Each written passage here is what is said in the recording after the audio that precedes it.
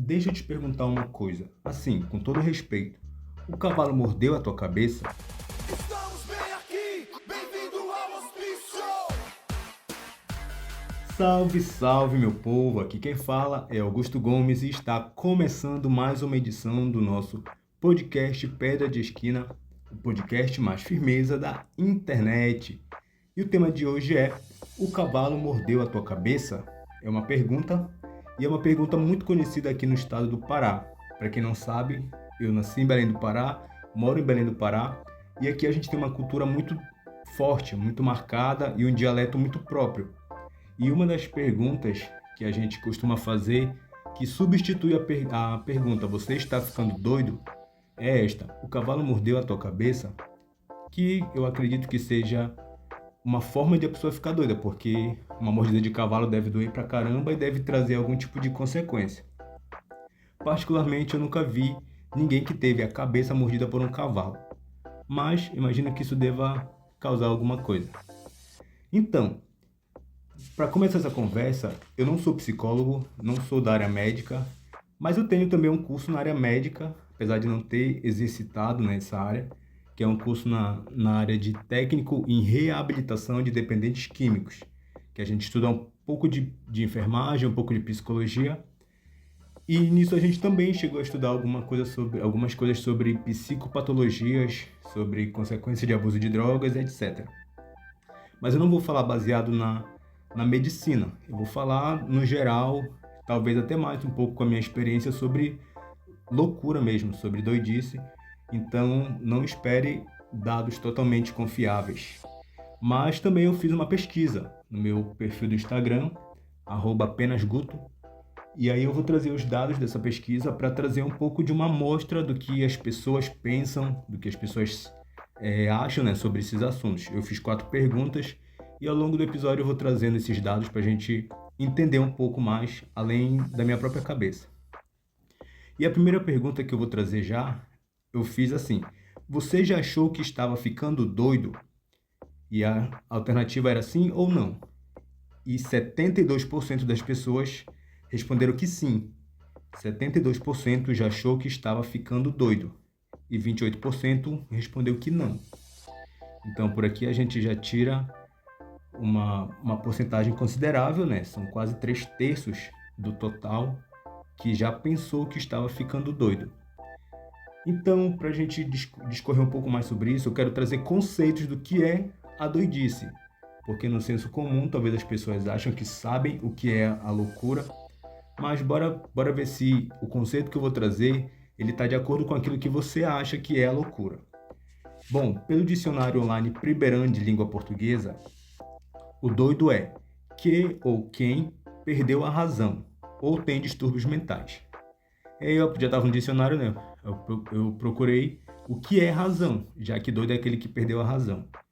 Razão é o conjunto de faculdades intelectuais. Então, doido é aquele que perdeu a razão ou que tem distúrbio mental.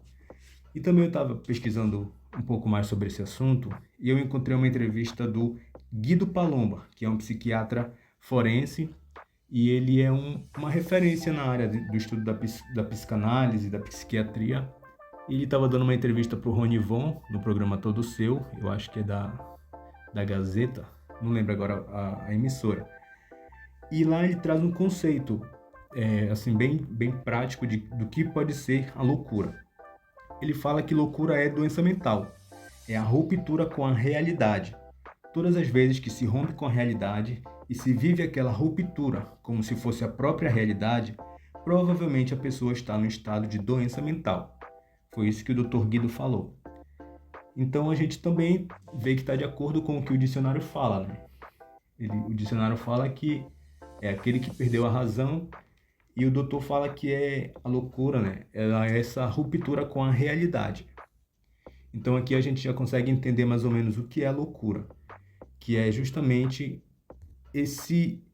essa mudança entre algo que está equilibrado, está certo, está natural, para uma ruptura, para algo que a partir daquele momento não vai estar muito organizado. Normalmente as pessoas tendem a achar que não sabem, mas é exatamente isso que as pessoas têm dentro da sua imaginação, do que é a loucura. Porque se algo está estranhamente diferente do que deveria ser, aquilo é uma loucura. Tanto que eu vejo, por exemplo, mães falando para os filhos, né? Tu não é doido, tu não tá ficando doido, tu não tá rasgando dinheiro para fazer isso, porque é algo que normalmente a criança não deveria fazer ou não faz normalmente e fez naquele momento. E a mãe pergunta, tá ficando doido? Não pode fazer isso, não pode subir aí, não pode comer isso.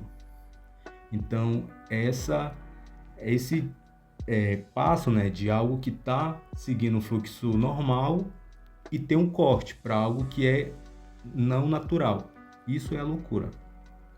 Só que quando a gente vai falar sobre saúde mental, isso é muito mais amplo, porque a gente está falando sobre essa parte mental do ser humano que é complexa.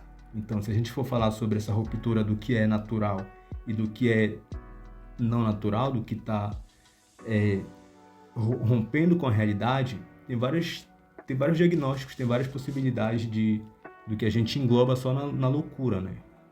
Então, tem muitas doenças mentais que hoje em dia a gente vê que está em discussão, como a ansiedade, a depressão, síndrome do pânico, vários casos clínicos que muitas das vezes as pessoas até se autodiagnosticam porque já está tão comum, tão frequente a discussão, que as pessoas acham que já tem informação suficiente para se diagnosticar. E muitas das vezes a pessoa já nem busca um diagnóstico, a pessoa já só resume mesmo em doido ou não doido. E aí eu pesquisei também o que é que causa a loucura. E eu vi algumas matérias e eu peguei assim o que é em comum entre elas. E eu vi aqui que o que pode causar loucura é fator genético, ou seja, predisposição para alguma causa psicológica, mental, fator ambiental, vida de estresse, como, por exemplo, tem muitos casos de pessoas que têm problemas mentais devido a ter convivido em situação de guerra, ou pessoas que eram escravizadas, são pessoas que têm um histórico muito forte de transtornos mentais, até mesmo pessoas que são presas, ou algo nesse sentido. Então, esse fator ambiental, o local onde a pessoa está, isso também pode afetar a saúde mental dela. Outro fator são eventos traumáticos, então alguma situação extrema, que também já volta para o conceito, né? Algo que a pessoa estava vivendo a vida normalmente, veio algo muito brusco, e aí fez com que dentro da mente dela tivesse uma ruptura com a realidade, então nasceu um trauma, e isso pode causar o que a gente chama de loucura aqui nesse momento. E também um outro tópico que é muito usado é o abuso de drogas, porque a gente sabe, né, e como eu falei, eu tenho uma formação nessa área, então eu posso falar aqui com um pouco mais de propriedade, o que também todo mundo já sabe, que o abuso de drogas ele pode afetar a mente, pode afetar essa parte da cognição das pessoas. Por quê? Porque são substâncias que vão entrar no organismo e vão trazer muitos efeitos. Para poder dar o barato da droga, isso vai ter que agir no corpo. E essa ação dentro do corpo vai trazer consequências, e muitas delas pode ser psicológica. Pode afetar o cérebro, pode deixar a pessoa com se a pessoa tiver, principalmente, alguma predisposição para adquirir algum caso psicológico, alguma doença, esse estímulo que a droga vai trazer, isso pode ser um gatilho muito forte para despertar uma doença mental. Vamos lá para a segunda pergunta que eu fiz. Lá na pesquisa do meu Instagram, eu perguntei: você tem algum diagnóstico em saúde mental? 20% responderam que sim e 80% responderam que não. Ou seja, agora bora comparar esses dados com os dados da primeira pergunta. A gente viu que a maioria da primeira pergunta já achou que estava ficando doido, ou seja, 72%. Só que quem realmente tem algum diagnóstico em saúde mental são só 20%. Ou seja, por mais que as pessoas às vezes desconfiem que possam estar ficando doidas, poucas vão atrás ou poucas foram atrás e descobriram que não necessariamente estão doidas. Então aqui 20% tem algum diagnóstico, aí eu não especifiquei, né, o que era o quadro da pessoa, até porque eu queria realmente que fosse algo mais amplo, para não especificar, para não ter que trazer uma discussão mais aprofundada e falar besteira ou mais besteira do que eu venho falando aqui. E aí a gente percebe que realmente é uma minoria que tem diagnóstico. E eu espero que essas pessoas estejam se tratando. Se não estão, bora se tratar, gente. E também eu fiz uma terceira pergunta que eu já vou trazer aqui, que é: você tem medo de ficar doido? E aqui 56% respondeu que sim. 44% responderam que não. Ou seja, essa aqui foi a pergunta numa média assim, mais igual. Só que ainda assim um pouco mais da metade respondeu que sim, tem medo de ficar doido. Ou seja, 72% dessas pessoas já acharam um dia que estavam ficando doida no passado, né? E no futuro elas têm medo de ficar doida ou não. E aqui a gente percebe que realmente essa questão da saúde mental, da sanidade, ela é muito relevante para as pessoas, porque isso envolve no passado, envolve no futuro, envolve no presente para quem já tem o diagnóstico e está se tratando. E realmente tem que ser assim. A gente precisa atentar para a nossa saúde física, mental, social, espiritual, porque o nosso corpo, a nossa vida, ela é um conjunto de tudo. A gente não consegue separar plenamente. Tanto que quando uma dessas partes da nossa vida não está bem, isso pode afetar outras. Por exemplo, quando eu estou doente do meu corpo, com alguma doença, alguma coisa, isso vai afetar a minha saúde mental, vai afetar a minha saúde social. Então, tudo está interligado. E como está interligado, eu quero trazer agora uma discussão que é muito antiga e que eu não sei se tem um consenso, porque vai depender muito da linha de discussão, que é essa diferença entre o psicológico e o espiritual. Porque, como eu falei, né, a gente é corpo, alma, espírito. E isso também é uma vertente que normalmente os cristãos seguem. A ciência pode dividir de outras formas, como a parte física e a parte intelectual, mas todos consideram que além desse corpo e dos instintos, das necessidades físicas, existe essa parte do psicológico, da psique. E para quem considera a parte espiritual do ser humano, pode levar essas questões da loucura, das doenças mentais, para algo espiritual. E para quem não considera isso, já coloca somente no psicológico. E aí eu encontrei um exemplo para a gente trazer aqui para discutir a história, né, de um quadro clínico mesmo, de um homem que a Bíblia traz a história dele, que é o endemoniado de Gadara. A história dele está lá no livro de Lucas, no capítulo 8, versículo 26. Bora ver o que diz. Lucas 8, 26. E navegaram para a terra dos Gadarenos, que está defronte da Galileia. E quando desceu para a terra, aqui no caso Jesus, né? Saiu-lhe ao encontro, vindo da cidade, um homem que desde muito tempo estava possesso de demônios. Não andava vestido, nem habitava em qualquer casa, mas nos sepulcros. E quando viu Jesus, prostrou-se diante dele, exclamando e dizendo com grande voz: Que tenho eu contigo, Jesus, Filho do Deus Altíssimo? Peço-te que não me atormentes. Porque tinha ordenado ao espírito imundo que saísse daquele homem, pois já havia muito tempo que o arrebatava, e guardavam-no preso, com grilhões e cadeias, mas quebrando as prisões, era impelido pelo demônio para os desertos. E perguntou-lhe Jesus, dizendo: Qual é o teu nome? E ele disse: Legião, porque tinha entrado nele muitos demônios, e rogavam-lhe que não os mandassem para o abismo. E estava ali pastando no monte uma grande quantidade de porcos, e rogaram-lhe que lhes concedesse entrar neles, e entrou-lhe, e concedeu-lhe que entrasse. E tendo saído os demônios do homem, entraram nos porcos. Então a manada precipitou-se de um despenhadeiro no lago e afogou-se. Esse encontro de Jesus com esse homem de Gadara é muito conhecido. Para quem frequenta a igreja, para quem lê a Bíblia, assim, já se deparou várias vezes com essa história.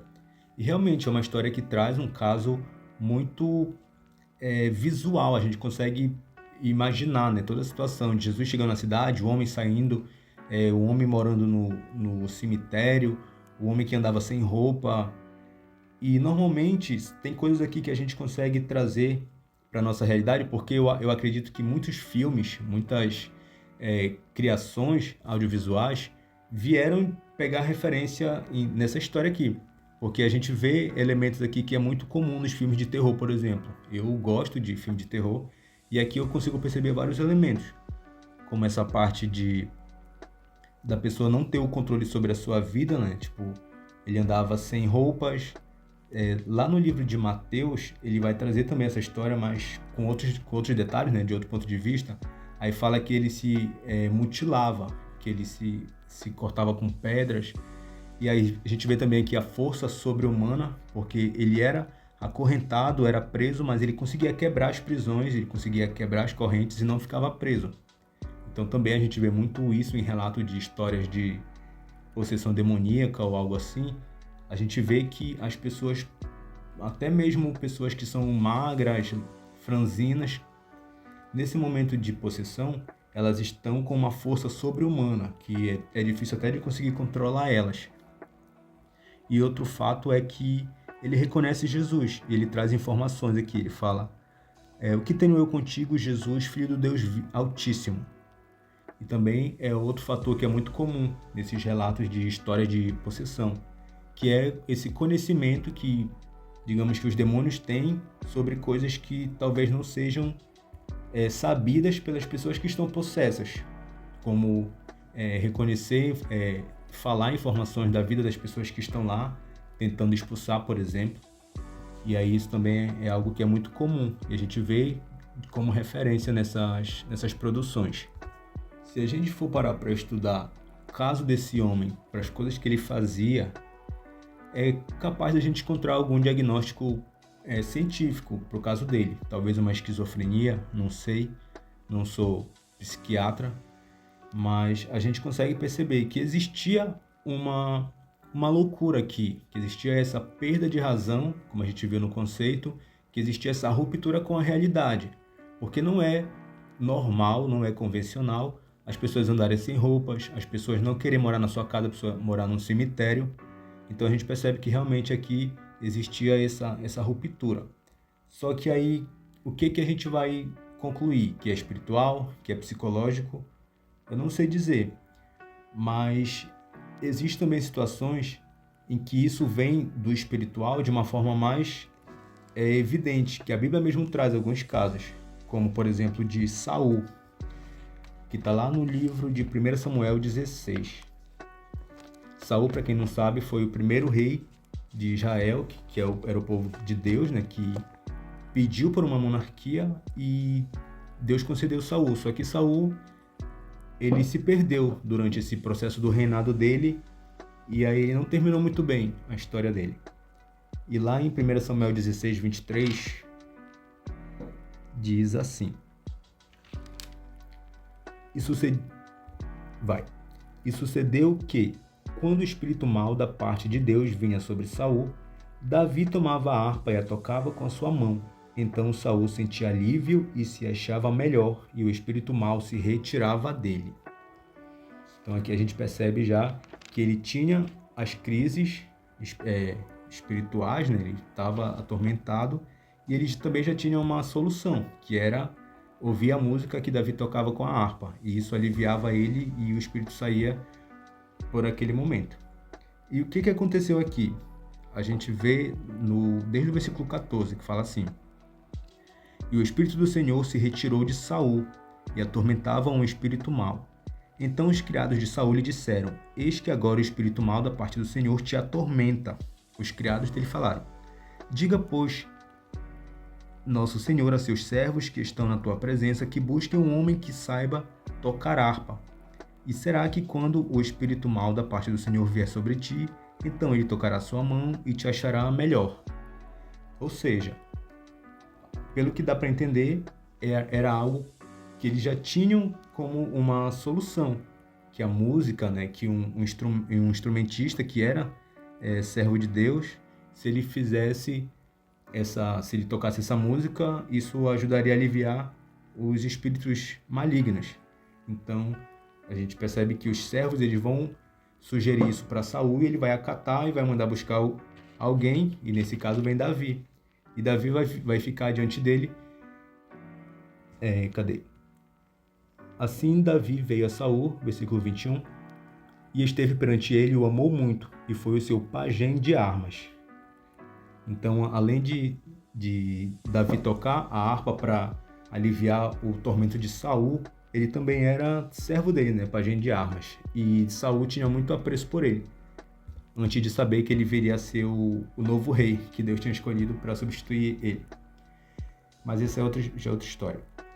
E aqui a gente percebe que realmente existia um tormento, né? Existia essa ruptura da normalidade e ele ficava desequilibrado. E existia também aqui uma solução. E aí eu quero trazer um outro caso de um outro rei que é diferente. Nabucodonosor era um rei também, e a Bíblia traz a história dele lá no livro de Daniel. Daniel, capítulo 5, 29.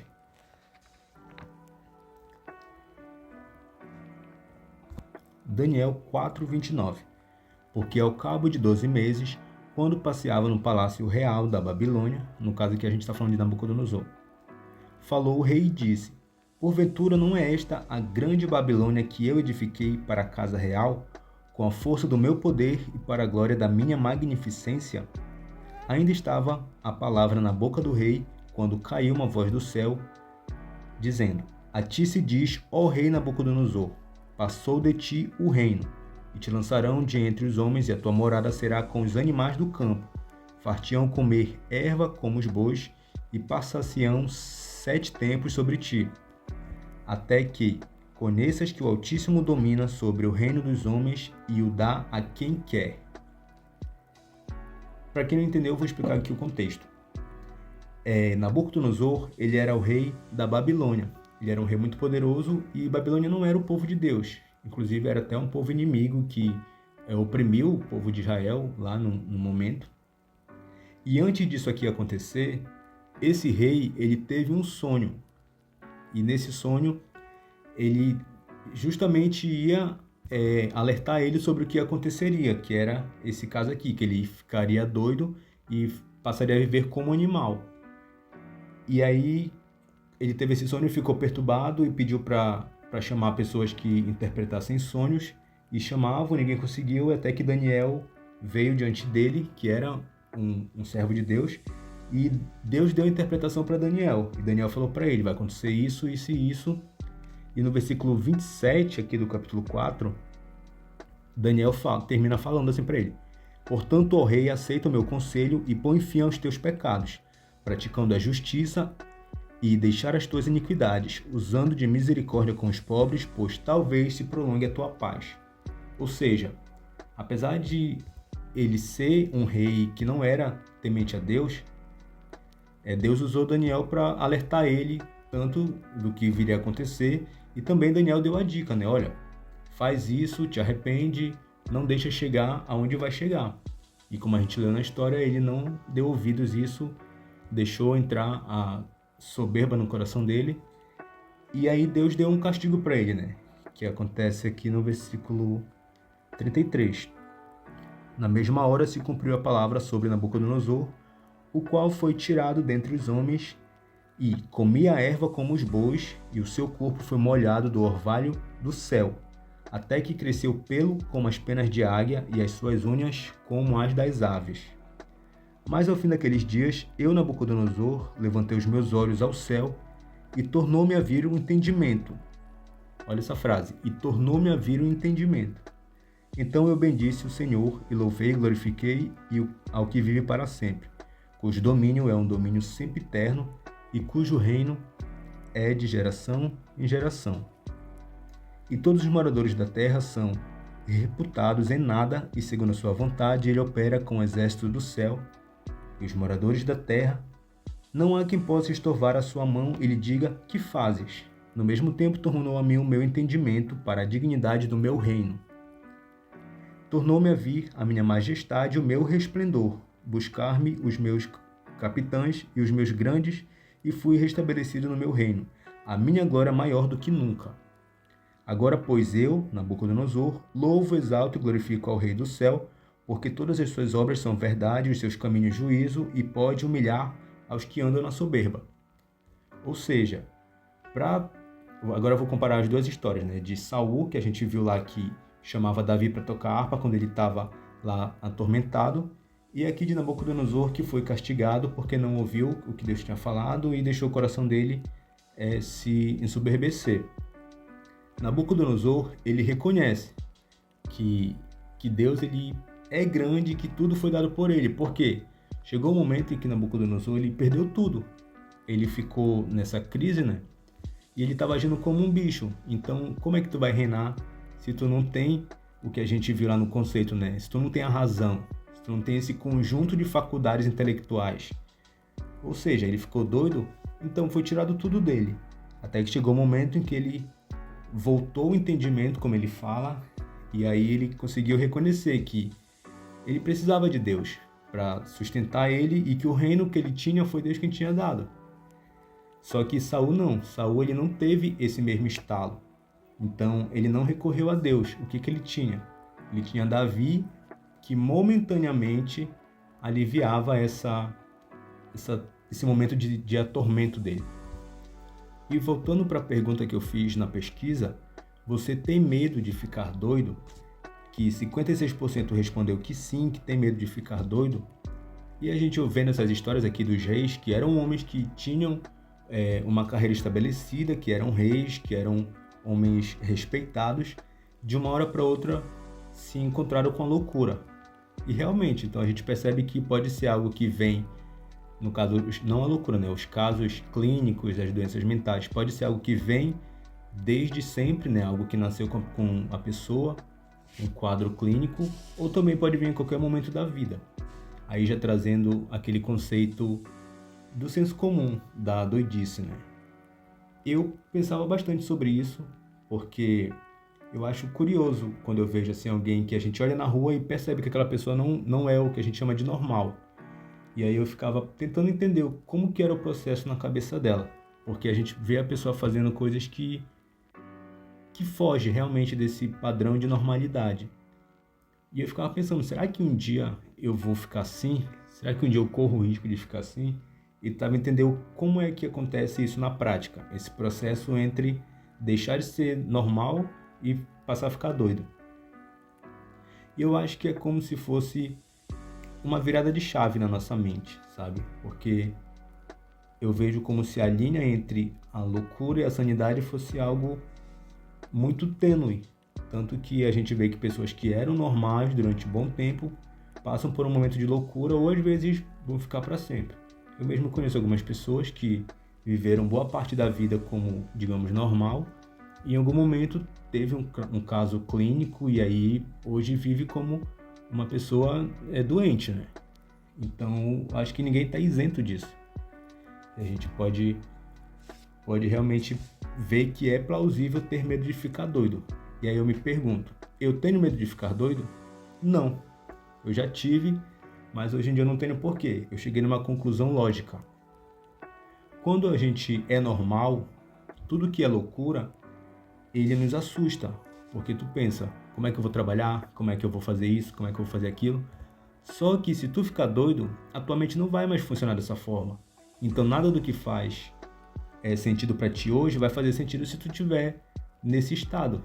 Aí eu pensei, se eu ficar doido eu não vou me preocupar com vergonha, tipo de andar sem roupa, não vou ficar preocupado com salário, porque dinheiro para mim não vai fazer diferença, tem gente que rasga dinheiro quando tá doido, né? Então eu pensei, bom, se um dia eu ficar doido eu não vou poder fazer nada, porque eu vou ser uma outra versão. Então não tem por que ficar com medo, ficar ansioso por causa disso. E aí, já para encerrar aqui o episódio, eu fiz a última pergunta. Deus pode curar doenças psicológicas? E essa pergunta ficou por muito tempo como 100% das pessoas dizendo que sim, que Deus ele pode curar doenças psicológicas. E aí já pelo final, durou 24 horas a enquete, aí já no finalzinho da votação, uma pessoa votou que não, que Deus não pode curar doenças psicológicas. Então, aqui a gente vê que 98%, né, porque uma pessoa corresponde a 2%, e a pessoa respondeu que não. E aí, se a gente for parar para analisar os casos que a gente viu na Bíblia, um deles, a gente vê que é Saul, ele não foi buscar ajuda para essa questão dele. Então, a gente não tem como saber se Deus curaria ou não ele. No caso de Nabucodonosor, a gente viu que ele recorreu a Deus, reconheceu que precisava de Deus, e ele foi restituído, como ele fala, o entendimento dele. E no caso do endemoniado de Gadara, que a gente leu lá em Lucas, bora terminar aqui de ler a história dele para a gente entender o que aconteceu com ele. 33, Lucas 8:33. E tendo saído os demônios do homem, entraram nos porcos, então a manada precipitou-se de um despenhadeiro no lago e afogou-se. E aqueles que o guardavam, vendo o que aconteceu, fugiram e foram anunciar na cidade e nos campos. Então saíram para ver o que tinha acontecido e vieram ter com Jesus. E acharam então o homem de quem havia saído os demônios, vestido e em seu juízo, assentado aos pés de Jesus, e temeram. Ou seja, aqui a gente percebe que Jesus, ele curou aquele homem no caso aqui da possessão, né? A Bíblia trata como se fosse possuído por demônios. Talvez alguém possa levar a cargo a ciência e pode dizer que ele tinha, vamos supor, uma esquizofrenia. Mas fato é, Jesus curou ele dessa opressão psicológica ou espiritual. E as pessoas que viam ele, não sei se essas pessoas eram as mesmas que ajudaram a prender ele, a acorrentar ele, a tentar ajudar ele, e não conseguiram, sabiam como era o estado dele até esse encontro dele com Jesus. E as pessoas ficaram com medo quando viram aquele homem que andava sem roupa, morava em cemitério, que se cortava, que tinha uma força sobre-humana, estava são, estava vestido, sentado, ouvindo Jesus. E isso deve, eu imagino, né, me colocando no lugar dessas pessoas, deve ter sido surreal. E eles ficaram com muito medo do que tinha acontecido, porque era um milagre. Um milagre é uma pessoa ter a vida instantaneamente transformada. E aí isso também me traz uma resposta para isso, né, que Deus ele pode curar doenças psicológicas. Porque aqui a gente tem um caso que conta a história completa. Se a gente for parar para perguntar para pessoas, eu acredito que a gente também vai ter outras histórias em que as pessoas vão atribuir a Deus curas de algum tipo de tormenta, de algum tipo de doença mesmo mental, algum caso de depressão, de síndrome do pânico, alguma coisa nesse sentido. Mas isso também já vai ser de caso para caso. Mas no geral, tem que ser muito de fé para acreditar que sim, Deus ele pode curar. Seja o caso algo psicológico ou algo espiritual.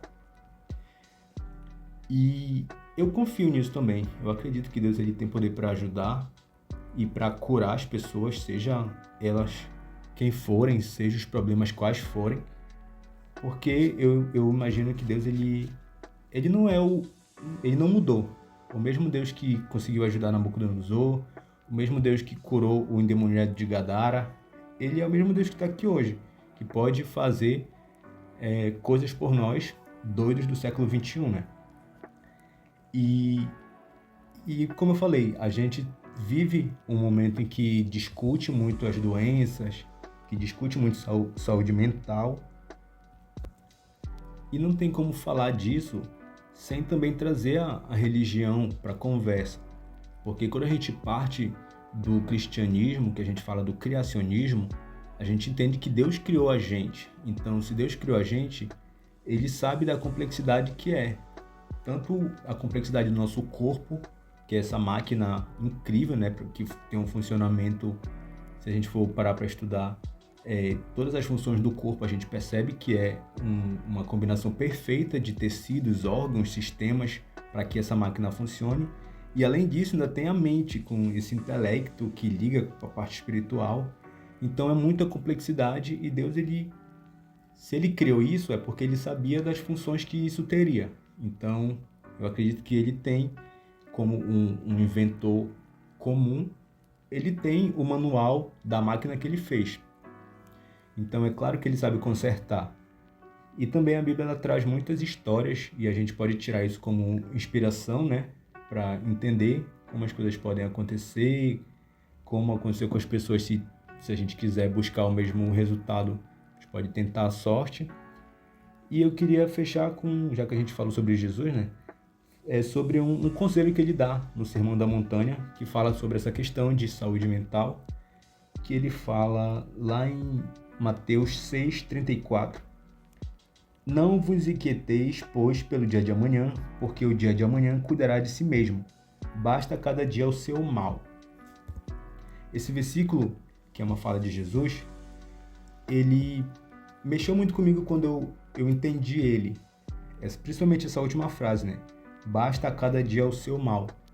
Porque isso é um mote que para mim me trouxe muita paz, de entender que a gente realmente não deve se preocupar muito com o dia de amanhã, porque se a gente for parar para analisar racionalmente, a gente não tem controle de nada. O que a gente pode fazer é se esforçar para ter a nossa vida organizada. Mas a gente não sabe, por exemplo, estou gravando isso aqui, são 2 horas da madrugada. Eu não sei se eu vou dormir daqui a pouco, se eu vou acordar. E se eu acordar, eu não sei o que vai acontecer durante o dia de amanhã. Então, basta cada dia o seu mal. Não adianta andar ansioso, preocupado, se desesperar. E às vezes a gente mesmo vai criar cenários na nossa cabeça que vai fazer com que a gente fique perturbado. E isso não é saudável. Então, como Jesus mesmo falou, a gente não precisa andar inquieto. A gente não precisa ficar se batendo com o dia de amanhã, porque ele vai cuidar de si mesmo. A gente tem que viver o hoje, tentando resolver as coisas que estão diante de nós agora. Então, se tu percebe que tu tem alguma coisa afetando a tua mente, a tua saúde mental, tenta resolver isso agora. Se tu tem alguma coisa do passado que está te deixando depressivo, alguma coisa do futuro que está te deixando ansioso, tenta resolver isso agora, mas sempre com essa perspectiva de que a gente tem que fazer o que a gente pode, né? E às vezes a gente pode bem pouco, então bora fazer esse pouco, que às vezes pode ser o suficiente. Esse foi o episódio de hoje. Muito obrigado para você que acompanhou e também para você que participou da enquete lá no Instagram. E se você quiser, segue o podcast lá no Instagram, porque talvez eu tenha outras participações em outros episódios, que é o @pedrapodcast. Ou então o meu perfil pessoal, apenas Guto, que aí a gente vai se conversando por lá. Se quiser também comentar alguma coisa sobre isso, vai ter o post desse episódio lá no Pedra Podcast. E também se quiser deixar sugestão, alguma coisa, alguma crítica, sugestão de temas, fica à vontade. Esse foi o episódio de hoje e a gente se encontra no futuro.